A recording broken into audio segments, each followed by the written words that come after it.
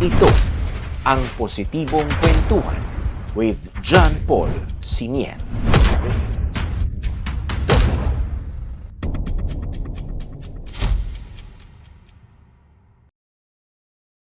Ingon pa nila, in every tragedy daw nga kahitabo sa isa ka community, ang pinaka vulnerable o ang pinaka apektado ang mga bata, no? And as parents, paningkamutan gyud sa mga parents nga mubangon para sa future sa mga anak because sila ang ilang future, no? Ang nakasalalay if na ay mga disasters ingana ang education, ang gutom naa.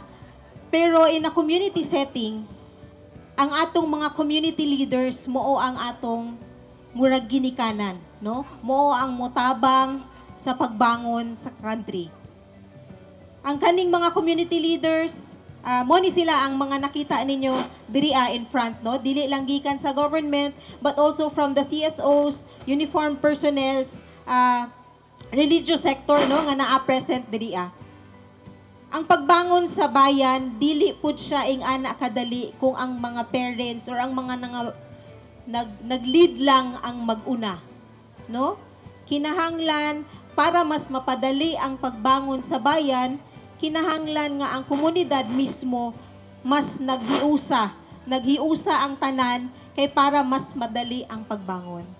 Dili pod dali ang pagbangon kung ang komunidad lang ang naa ug wala ang presensya sa atong mga leaders. And today is a manifestation nga kaning duha naa tanan og present ug makita nato nga ang pagbangon sa bayan is very much alive and it's already starting, no? Gasugod na kay naa tanan. Very medyo speechless ko, no, kay nakita na ko ani siguro dugay na ko sa Gawad Kalinga before na i-build dito sa Mungkayo, nakaanhi pa mi adto sa una, no, Team Butuan, no? So kay taga Butuan man ko, so nakaanhi pa nakaadto di ay, no, sa Mungkayo naka-appeal pa mi sa inyong local na bayani challenge. And siguro sa giingon kagaina, no, sa MC nga ang bayanihan ug ang kaning pagbangon sa bayan wala lang po nagakahitabo diri karon sa Comval but all over the Philippines because since June 12 hangtod August 26 mo ang Bayani Challenge season sa Gawad Kalinga wherein kung unsay ginabuhat ninyo karon diri o gina-practice mo usad ang ginabuhat sa tibuok Pilipinas karon, no, sa lain-lain. And ang kaninga ang balayanihan diri sa Mako isa sa mga Bayani Challenge sites, official sites sa Gawad Kalinga nga gina-declare karon. Ito ang Positibong Kwentuhan with John Paul Sinier.